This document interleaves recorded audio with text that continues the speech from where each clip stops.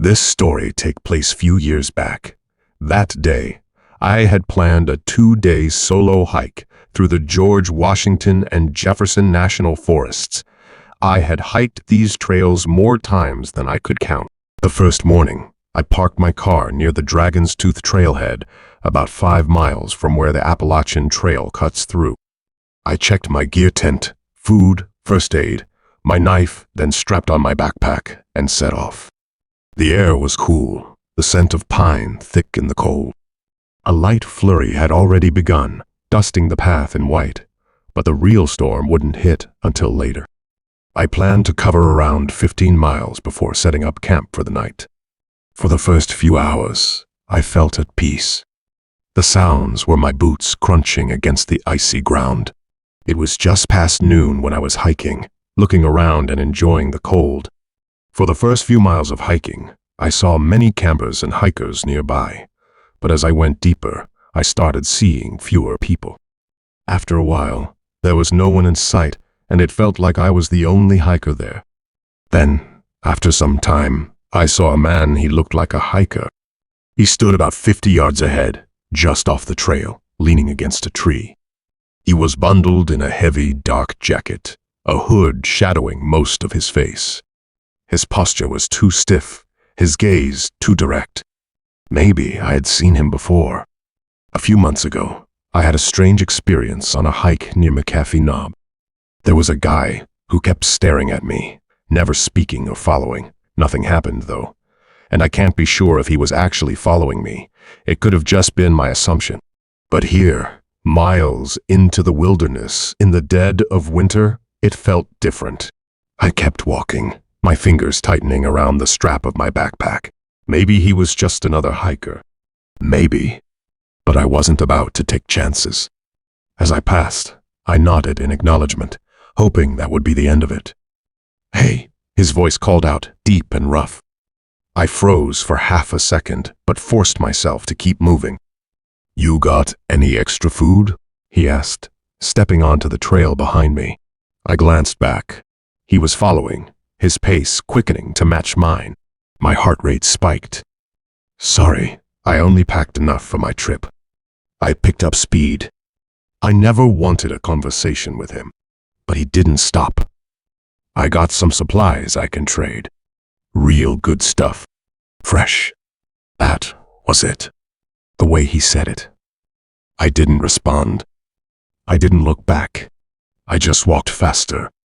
And then I heard heavy boots pounding against the frozen earth, rushing toward me. I ran. Branches tore at my arms and face as I sprinted off the trail, deeper into the trees, my backpack bouncing against my spine.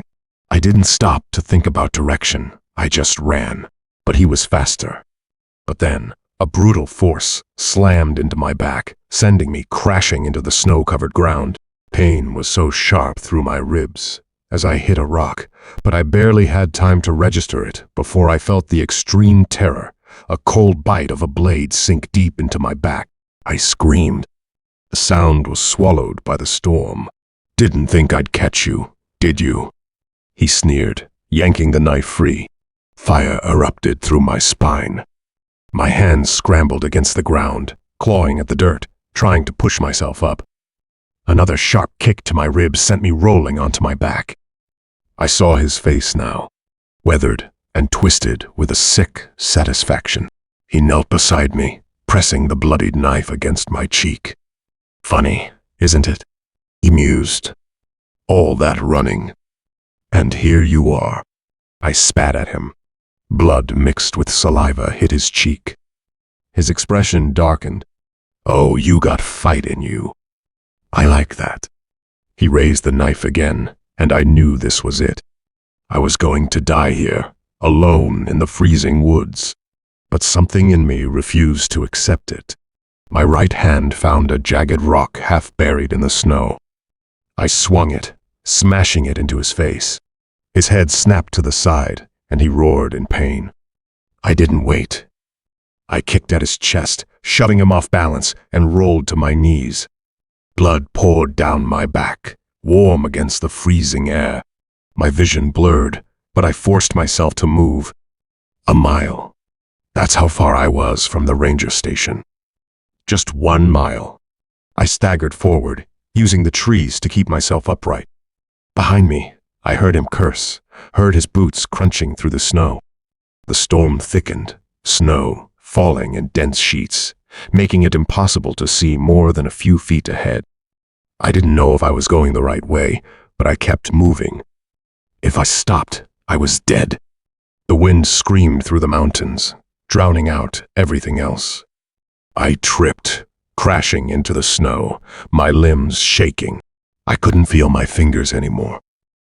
My strength was fading, and my blood had drained a lot. The ranger station was nearby, and I wanted to reach it, but I had no energy left. The last thing I remembered was falling in the snow, and when I woke up, I was in the hospital. I don't remember what happened after that, but I was told that a ranger on patrol near the station had seen me and immediately got me to the hospital. 3 months. That's how long it took for my body to heal. The wound in my back left an ugly scar.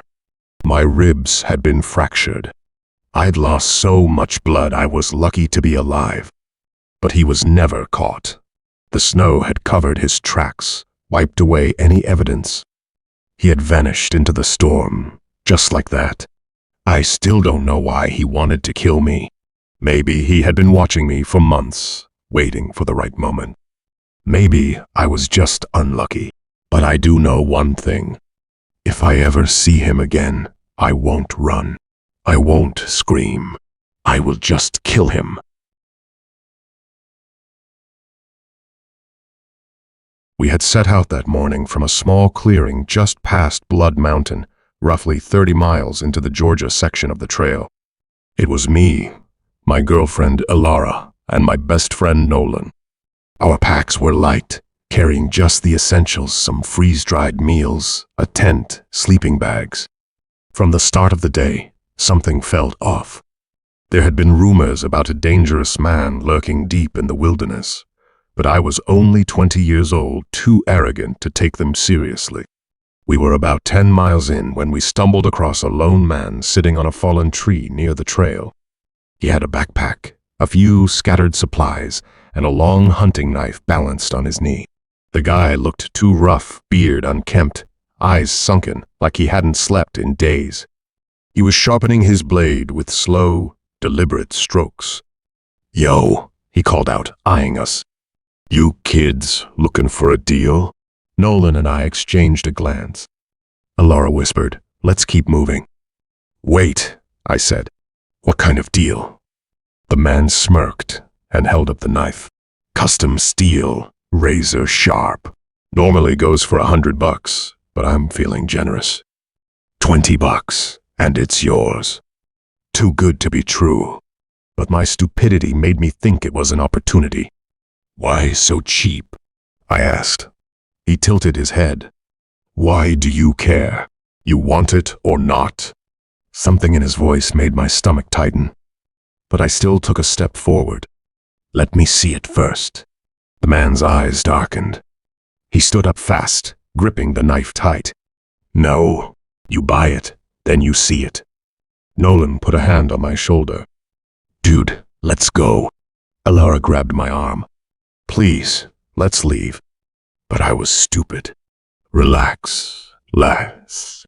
If it's legit, I'll buy it." The guy took a step toward me, his grin gone. "I don't fucking like people wasting my time, kid. You buy it now, or I take something else." I felt the shift in the air. This wasn't some random hiker. This guy was dangerous. "We're good, man," I said quickly, backing up. "Didn't mean to waste your time."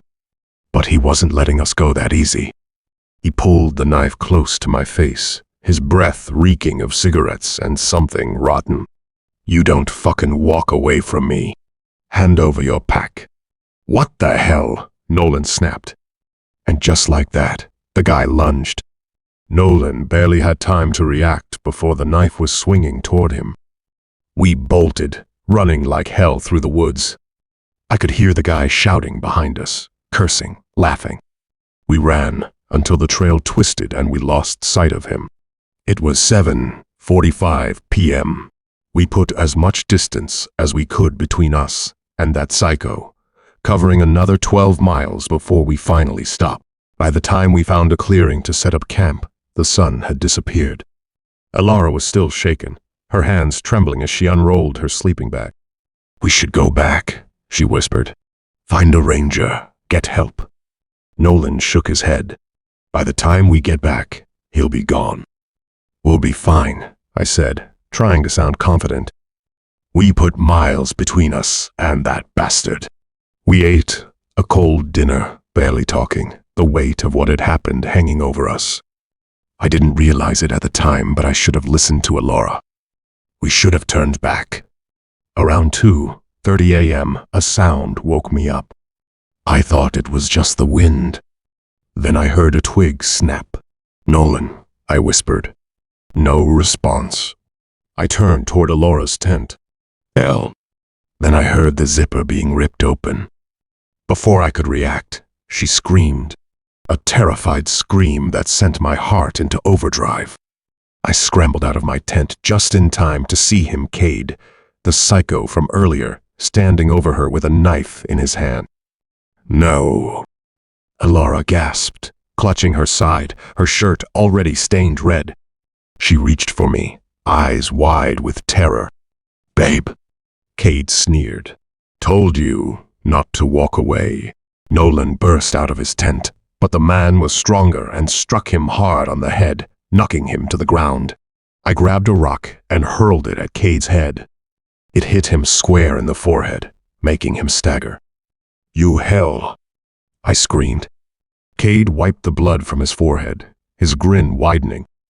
"You're dead, kid." Before he turned toward me, suddenly, a blinding flashlight beam hit his face. "Hey, you drop your knife." A group of hikers came charging out of the darkness, armed with whatever they could grab: sticks, trekking poles. One guy even had a hatchet. Cade hesitated, eyes darting between them and me. "Get the hell out of here before we gut you, you damn!"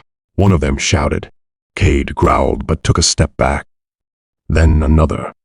And then he turned and bolted into the woods. Alara was barely breathing. Her wounds were severe, but somehow she survived. It would have been impossible for her to make it. We managed to get her to the hospital in time.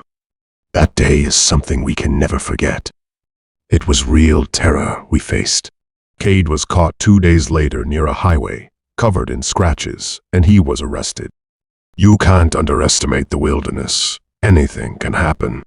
After that day, I bought a pistol just in case.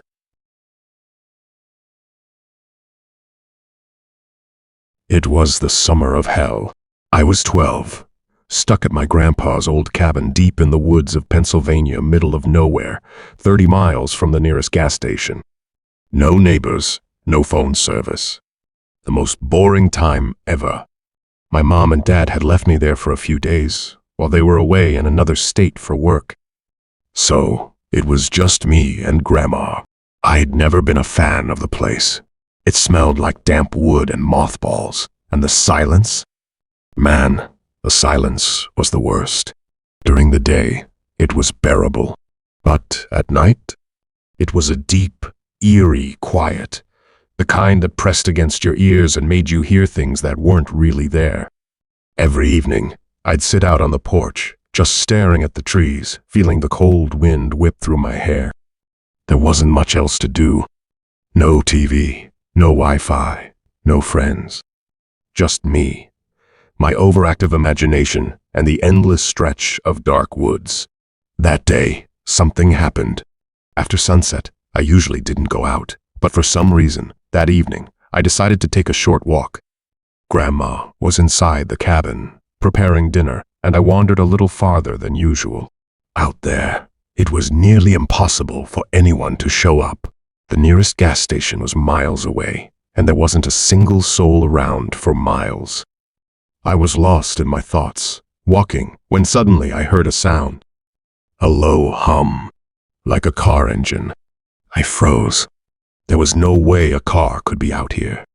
The only road leading to the cabin was a dirt trail, bumpy as hell, and barely drivable unless you knew where to turn. My stomach tightened as I listened, but then headlights flickered through the trees. A black pickup, dusty, dented, rolling up real slow, like it was hunting for something or someone. I swallowed hard. Every instinct in me screamed that something wasn't right. The truck stopped, the engine off. Silence, thick and suffocating, swallowed the air. The door opened, and out stepped a man. He was tall, too tall, dressed in dark clothes that clung to his wiry frame. His face was wrong, sunken cheeks, beady eyes, lips curled in something that wasn't quite a smile, but wasn't far from it either. He moved slow, deliberate. Then he took a step toward me, and another. His hands were outstretched, fingers twitching, like he could already feel them closing around my wrist. I wanted to move, to run, but I was frozen, trapped in his gaze. "Hey there, kid," he muttered. My throat locked up. My body refused to listen. "You all alone out here?" he asked, tilting his head slightly. His tone was casual, but there was something behind it, something slick and slimy, curling around my ribs. I didn't answer. Couldn't. Then, a movement, his hands flexed, like he was gearing up to grab me. That snapped me out of it. I bolted. My feet hit the dirt hard, lungs burning as I sprinted for the cabin, heart hammering against my ribs like it was trying to escape. I reached the porch, nearly tripping up the steps, and slammed my fists against the door. "Grandma! Grandma!" I shouted loudly. Behind me, I heard footsteps. He was coming. The door flew open, and there stood Grandma. She turned and walked back inside. Then she came back, with her shotgun. She stepped outside, aimed it directly at the man, and without hesitation said, "What the hell do you think you're doing? Get the hell back, or I'll kill you right away." The man froze. He didn't flinch, didn't stammer. He just stood there, staring at her and the gun, like he was trying to decide if she'd actually pull the trigger. He muttered something under his breath, too low for me to hear, then turned back to his truck and sped off. And that was it. Because after that, I couldn't shake the feeling. The what if? What if I hadn't run? What if Grandma hadn't been there? What if he had thrown me in the back of that truck and I had never seen home again? I didn't sleep that night. I cried, wishing my parents would come and take me away from there. But Grandma? She was completely calm, like nothing had happened. Maybe, for her, it really wasn't anything new. She just told me to act normal, and she kept the shotgun loaded by the door. 2 days later, my parents came to pick me up. After that, I didn't go back for years. Sometimes, the things that happen to us as kids aren't so easy to forget.